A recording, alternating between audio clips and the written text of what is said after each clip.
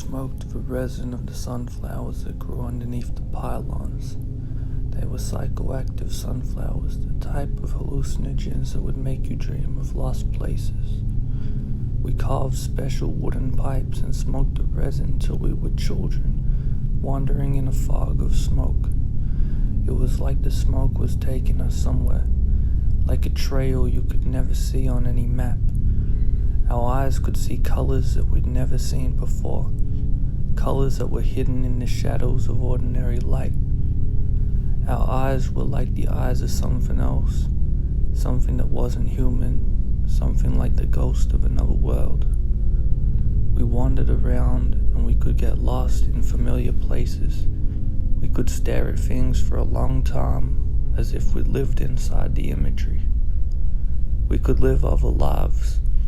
When we looked at the sunset, we could see the light was full of stories.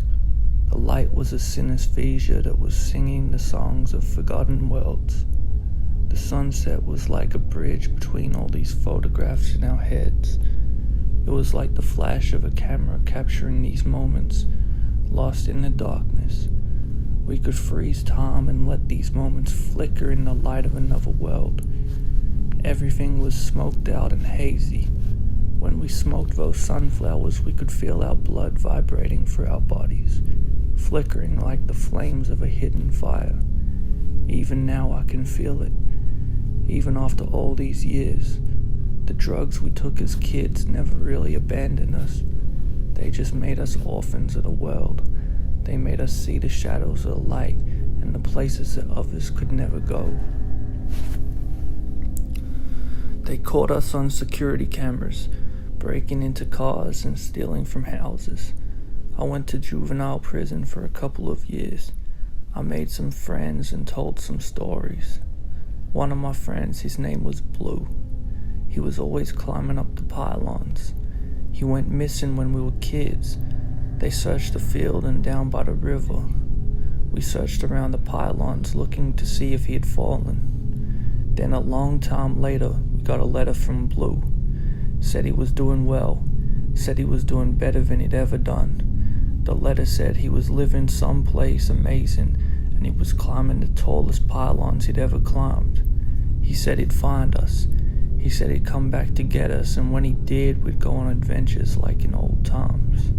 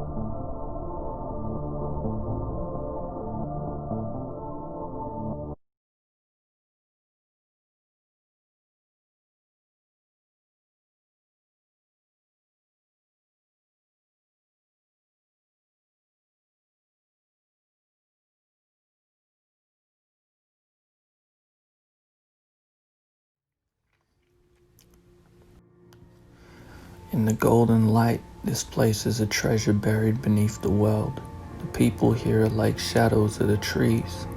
They are the castaways of a forest lost against the sunset, and this place is alive with stories. Wherever I go, it talks to me in mysteries, rumors, and whispers. This place isn't like anywhere else. Everywhere you go, you can disappear.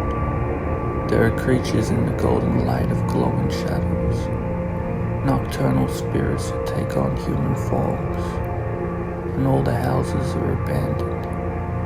I'm the only one that stayed behind. I wanted to be alone and paint this place in all the ways I could imagine.